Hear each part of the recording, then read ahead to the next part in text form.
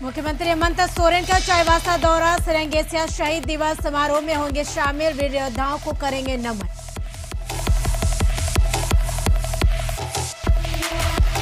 Birsa Munda airport Ranchi से अब अहमदाबाद के लिए सीधी विमान सेवा चालू। वे विमान सेवा इंडिगो की होगी। सप्ताह में 3 दिन रांची से अहमदाबाद के लिए भरेगी उड़ान। और 10 महीने बाद राज्य में फिजिकल कोर्ट सुनवाई शुरू। कोरोना गाइडलाइन के तहत फिजिकल कोर्ट में सुनवाई शुरू। अधिवक्ताओं में खुशी का माहौल। मुख्यमंत्री हेमंत सोरेन ने डीएमसीएच हॉस्पिटल का किया निरीक्षण। पुराने लगे बैनर को देखकर भड़के सीएम, लचर व्यवस्था को सुधारने का दिया निर्देश। और झामुमो के 42वां स्थापना दिवस, हेमंत सोरेन ने तैयारियों का लिया जायजा। पार्टी कार्यकर्ताओं को दिए कई निर्देश।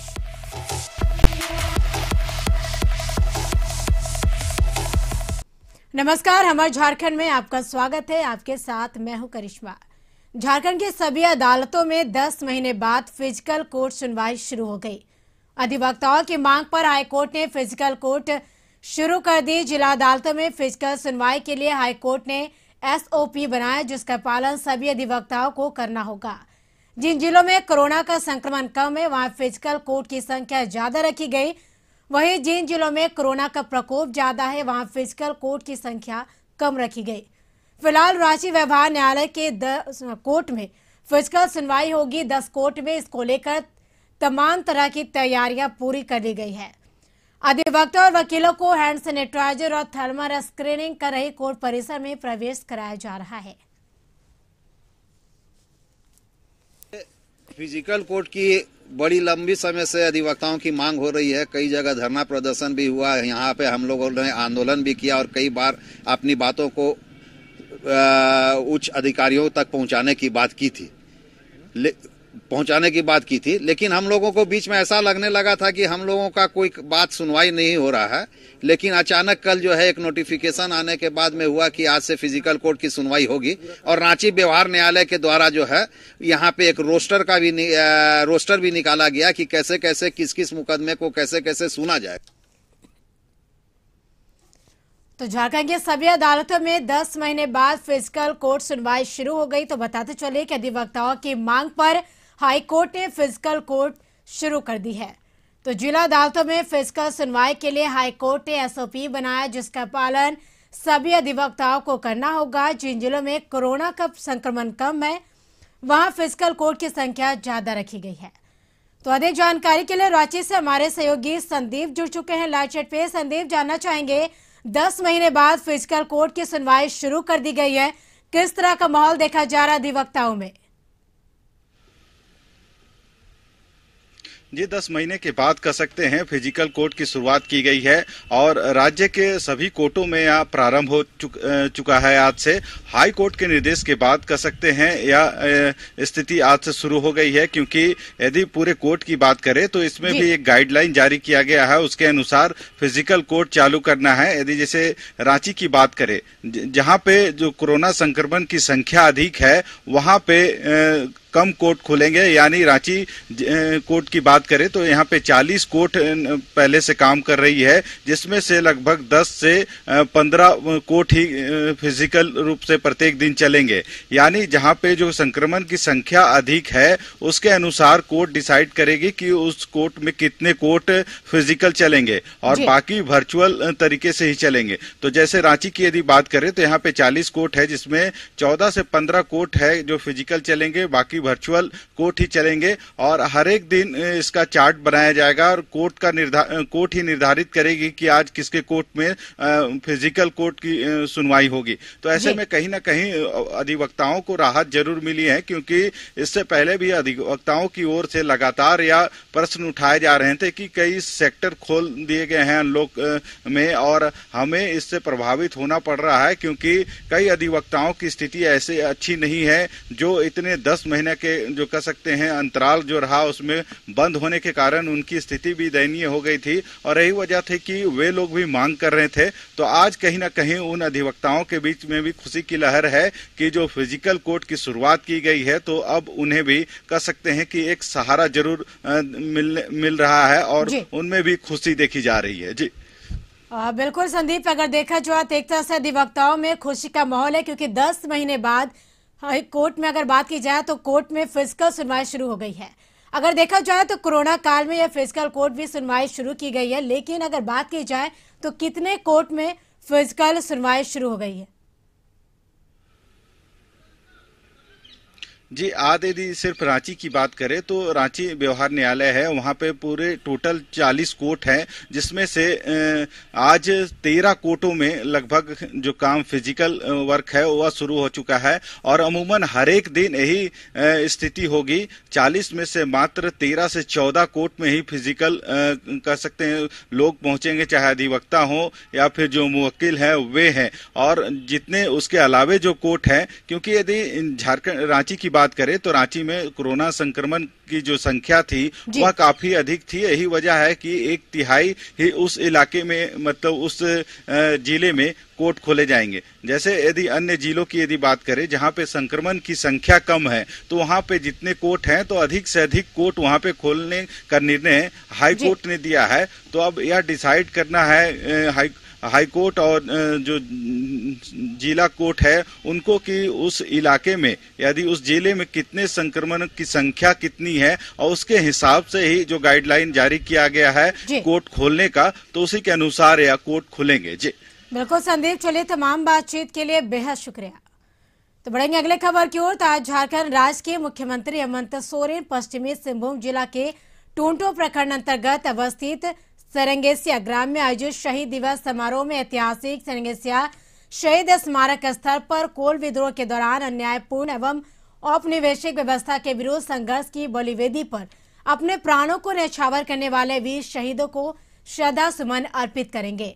और इसके बाद शहीद पोटो हो खेल विकास योजना के तहत निर्मित सेरेंगेसिया पोटो हो और खेल मैदान का लोकार्पण भी किया जाएगा। उक्त शहीद दिवस समारोह में राज्य की महिला बाल विकास एवं सामाजिक सुरक्षा विभाग की मंत्री जोबा माझी एवं जिले के सभी स्थानीय विधायक भी शामिल होंगे। तो बता चले कि राज्य के मुख्यमंत्री हेमंत सोरेन चाईबासा पहुंचेंगे और समारोह के दौरान वन पट्टा, मुंडा मानकी का नियुक्ति पत्र, अनुकंपा नियुक्ति पत्र का वितरण एवं अन्य विकास योजनाओं का शिलान्यास और परिसंपत्तियों का भी वितरण किया जाएगा इस कार्यक्रम के दौरान। अधिक जानकारी के लिए जमशेदपुर से हमारे सहयोगी मनोज जुड़ चुके हैं फोन पे। मनोज, जानना चाहेंगे कितने बजे सीएम हेमंत सोरेन चाईबासा पहुंचेंगे, क्या कुछ कार्यक्रम?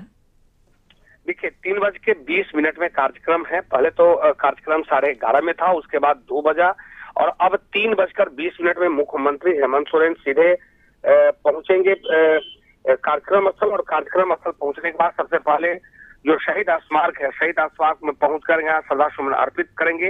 वो कोल विद्रोह के दौरान जो 9 आदिवासी थे जिनको अंग्रेजों ने बलि दे दिया था, यानी यूं कहें फांसी चढ़ा दिया था, उन अंग्रेजों को सबसे पहले नमन करेंगे। और उसके बाद वहां पे सेरेंगेसिया टोटो मैदान में मैदान का लोकार्पण किया जाएगा। हालांकि जो मैदान है, मैदान को पार्क का रूप दिया गया है।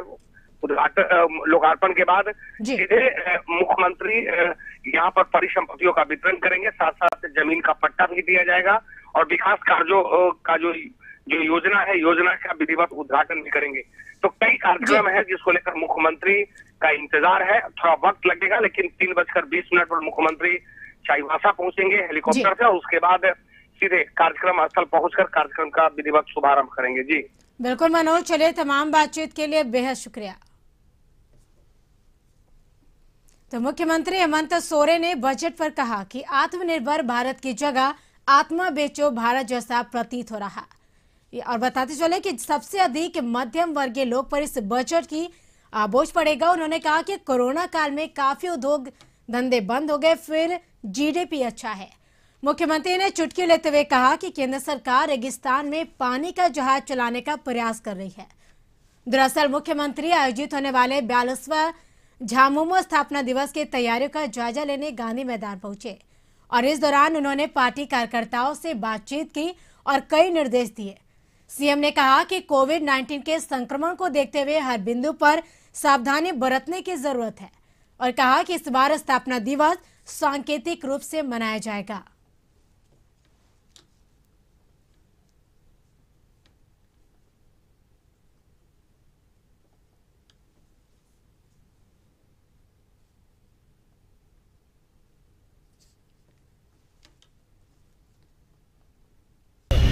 एक आम सभा है। यहाँ आम व्यक्ति के व्यवहार में बदलाव हुआ, परिवर्तन हुआ। आज उत्साह जरूर लोगों के बीच में है सरकार के, आज झारखंडियों की सरकार है, लेकिन हम लोग कोई ऐसे कदम नहीं उठाना चाहते जिससे जिस संक्रमण को रोकने में अभी तक हम कामयाब हुए हैं उस पर कोई चूक हो। इसको ध्यान में रखकर इस बार संथाल परगना में 2 फरवरी को जिला स्तरीय ये में रखा गया है कि सभी जिले में एक सीमित तरीके से पार्टी के निर्देशानुसार मना। दुमका में डीएमसीएच हॉस्पिटल के निरीक्षण के लिए पहुंचे मुख्यमंत्री हेमंत सोरेन हॉस्पिटल में झारखंड के पुराने लगे बैनर को देखकर भड़क गए। उन्होंने सीएस को गुस्से में कहा कि जब तक लाल स्याही नहीं लगती आप लोग सुनते नहीं। दरअसल मुख्यमंत्री हेमंत सोरेन सोमवार की देर शाम अचानक फूलो झानो मेडिकल कॉलेज अस्पताल पहुंच गए। करीब 1 घंटे से अधिक मुख्यमंत्री अस्पताल में उपलब्ध स्वास्थ्य सेवाओं का जायजा लिया और मरीजों और उनके परिजनों से जानकारी ली। इस दौरान मुख्यमंत्री अस्पताल के व्याप्त लचर व्यवस्था को सुधारने को लेकर काफी गंभीर दिखे। बेतरकीब तरीके से लगे इलेक्ट्रिक वायरिंग को भी दुरुस्त करने और सीसीटीवी को व्यवस्थित करने को कहा। मुख्यमंत्री ने सिविल सर्जन ए.के. झा को निर्देश दिया कि मरीजों के इलाज में किसी भी तरह की कोताही नहीं होनी चाहिए और शिकायत भी उन्हें नहीं मिलनी चाहिए।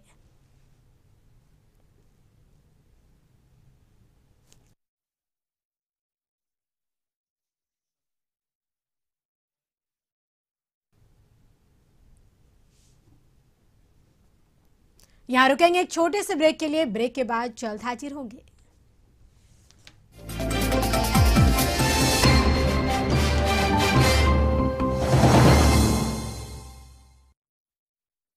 ब्रेक के बाद आपका स्वागत है। तो धनबाद शहर के सिटी सेंटर के व्यवसायियों ने प्रेस वार्ता कर फुटपाथ पर ठेला खोमचा वालों की बढ़ती संख्या और अराजक तत्व के जुटान पर प्रशासन से कार्रवाई करने की मांग की। इस बाबत सिटी सेंटर के व्यवसायियों ने कहा कि मार्केट के सामने ठेला खोमचा वालों का अनाधिकृत कब्जा दिन प्रतिदिन बढ़ता जा रहा, जिससे मार्केट में कोई भी ग्राहक प्रवेश नहीं कर पाता और ऐसे में उनका जो व्यवसाय है वो ठप होने की कगार पर है। व्यवसायियों ने जिला प्रशासन से गुहार लगाया कि खोमचा वालों को कहीं अन्यत्र जगह दिया जाए, वहां अराजक तत्व के जमावड़ा को खत्म कराया जाए।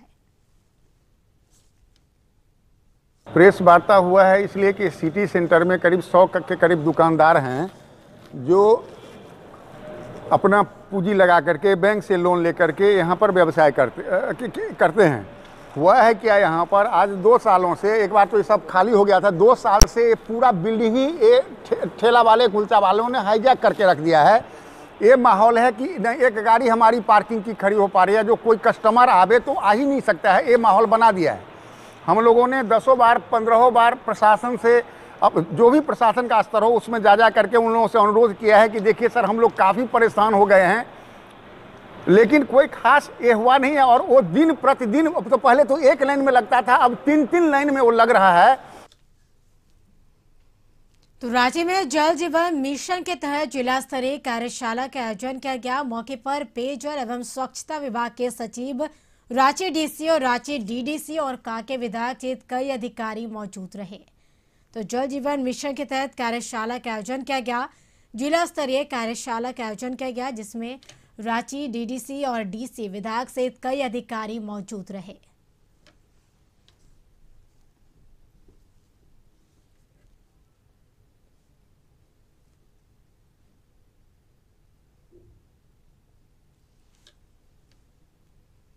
धनबाद झरिया के लोधना क्षेत्र में अचानक 12 नंबर पीठ से हवा का तेज झोंका चानक के ऊपर उठा। हवा इतनी तेज थी कि चानक के ऊपर बैठे हुक्मैन और मजदूरों में अफरा तफरी मच गई। हुक्मैन ने मामले की जानकारी अपने वरीय अधिकारियों को दी। जानकारी मिलते ही अधिकारी चानक के समीप पहुंचे और मामले की जानकारी में जुट गए।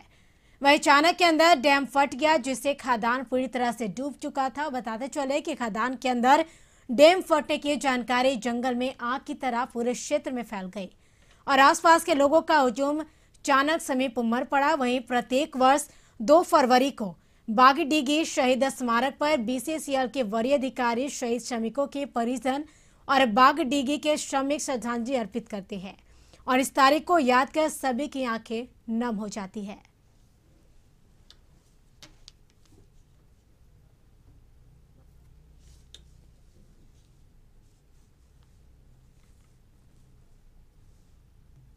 कार्गो था उस टाइम 100 से ऊपर आदमी लोग काम कर रहे थे, लेकिन जिस सेक्शन में काम कर रहे थे उसमें वो पड़ता है आपका पूरब साइड में, जरामपुर का अप में था, ये डाउन में था। बागडीगी ब्लास्ट हुआ, वहाँ पर ही ब्लास्ट होने के बाद एक बेग पानी आ गया। जितना डीप में लोग काम कर रहे थे वो सब जल समाधि हो। कितने लोग होंगे उसमें? 29 आदमी काम।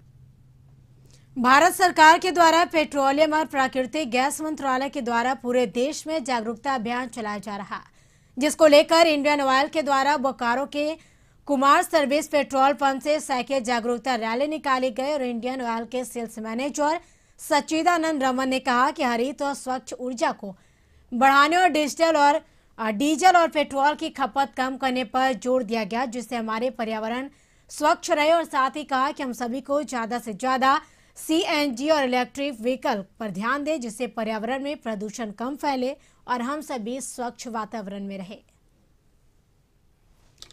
PCR के तहत निकाला गया है, जिसमें डीजल और पेट्रोल को मिनिमाइज करने के लिए किया गया है। ज़्यादा से ज़्यादा हम लोग CNG जिससे प्रदूषण नहीं हो। यहाँ रुकेंगे एक और छोटे से ब्रेक के लिए। खबरों का सिलसिला जारी है।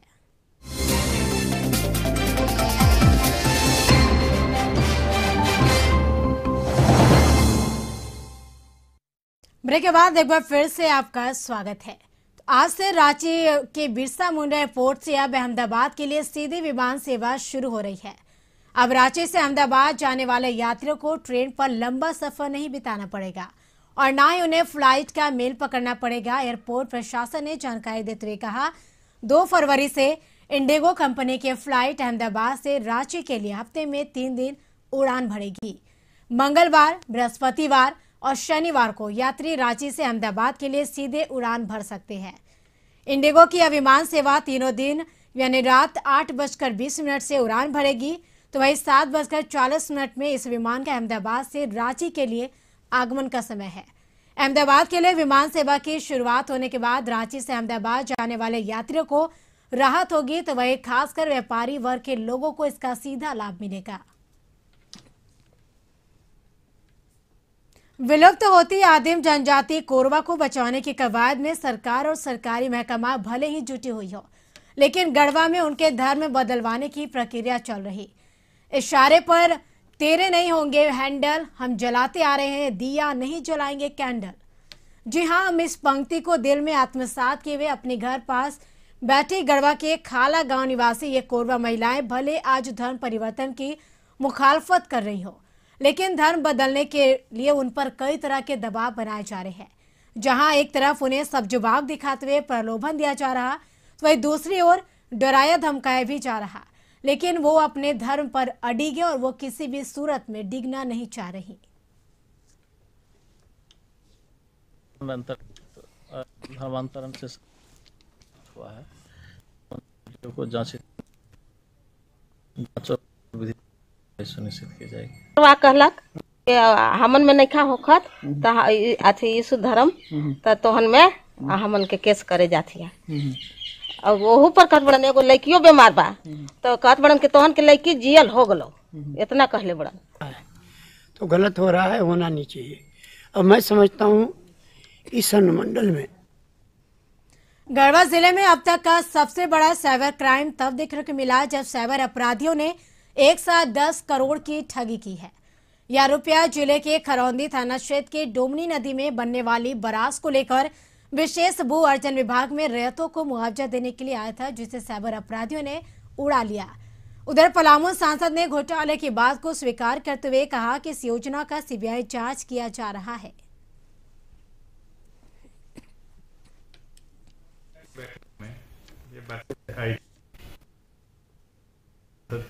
ये बैठक संपन्न हुआ था। इसमें एक हम लोग कमेटी बना के संपूर्ण मामले की जांच करने की कार्रवाई कर रहे हैं।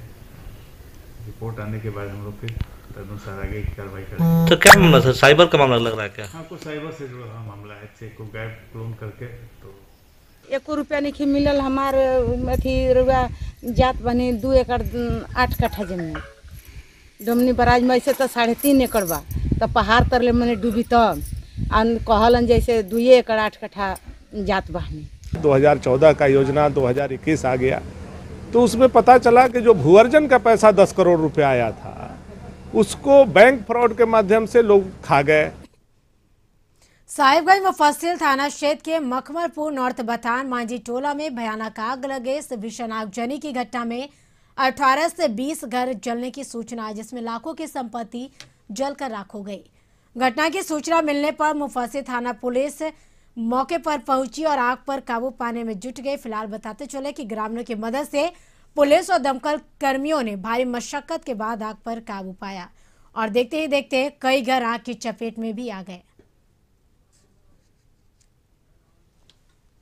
देवघर में राष्ट्रीय सड़क सुरक्षा को लेकर उपायुक्त मंजूनाथ भजंती ने समाहरणालय परिसर में हस्ताक्षर अभियान की शुरुआत की। हस्ताक्षर अभियान से आम लोगों को सड़क सुरक्षा के नियमों का पालन करने की अपील की है। उपायुक्त मंजूनाथ भजंत्री ने कहा, सड़क सुरक्षा के नियमों के पालन नहीं करने के कारण आए दिन सड़क दुर्घटनाएं में दर्जनों लोगों की मौत हो रहती है। इसलिए उपायुक्त ने वाहन मालिकों से हेलमेट पहनकर व सीट बेल्ट लगाकर वाहन चलाने की अपील की। मौके पर डीटीओ पी बारला, जिला जनसंपर्क अधिकारी रवि कुमार मौजूद थे। रोड सेफ्टी का माह चल रही है, तो जिसके अंतर्गत सभी को ये अवेयरनेस क्रिएट करना है कि हेलमेट वगैरह पहन के जाए और सुरक्षित रहे, सीट बेल्ट पहने और जो रोड के जो भी नियम है उसका अनुपालन करे, ड्राइविंग लाइसेंस के साथ ही रहे और जो गाड़ी का जो डॉक्यूमेंट्स दस्तावेज रहता है वो भी मतलब लेटेस्ट रहना चाहिए, अप टू डेट। और कोई लिकर कंज्यूम करके ड्राइव नहीं करना चाहिए और अंडर एज के बच्चे लोग ड्राइविंग वो बाइक चलाना नहीं चाहिए। तो ये सारा चीज़ को हम लोगों ने अवेयरनेस जो महत्व। धनबाद में अपराधियों का मनोबल दिन पर दिन बढ़ता जा रहा। 2 दिन पूर्व बीच सड़क से एक लड़की का अपहरण कर मनचलों द्वारा किया गया। पुलिस के बढ़ती दबिश के कारण 6 घंटे बाद लड़की को घर छोड़ अपराधी फरार हो गए। तो वह दूसरी ओर श्रमिक नगरी भूली से डांस क्लास से लौट रही लड़की को अगवा कर भाग रहे अपराधियों ने उसकी सहेली के घर के बाहर बेहोशी की हालत में फेंक कर चलते बने। वह धनबाद डांस क्लास से प्रैक्टिस करके अपने घर वापस आ रही थी। बीकॉम की छात्रा को घर के समीप ऑटो से उतरने के बाद ऑल्टो से अगवा कर भाग गए थे। दिन धनबाद और पर डे लगभग 7 बजे घर वापस आती थी। रोड पे हम लोग प्रतिदिन उसको रिसीव करने जाते थे। आज चूँकि हम लोग रिहर्सल कर रहे थे, नाटक का रिहर्सल चल रहा था, बेटी फ़ोन की कि हम आ रहे हैं, सो रोड पे किसी को भेज दीजिए। रोड पे अपने टीम के 2 कलाकार को भेज, इश्तियाक और अंकित को। जैसे ही इन लोगों को कहा कि रोड पे जैसे ही हम लोग पहुँचे, वो लड़का इस दोनों लड़के को मारा है। और इसके साथ झारखंड की खबरों में फिलहाल इतना ही। आप बने रहिए कशिश न्यूज के साथ। नमस्कार।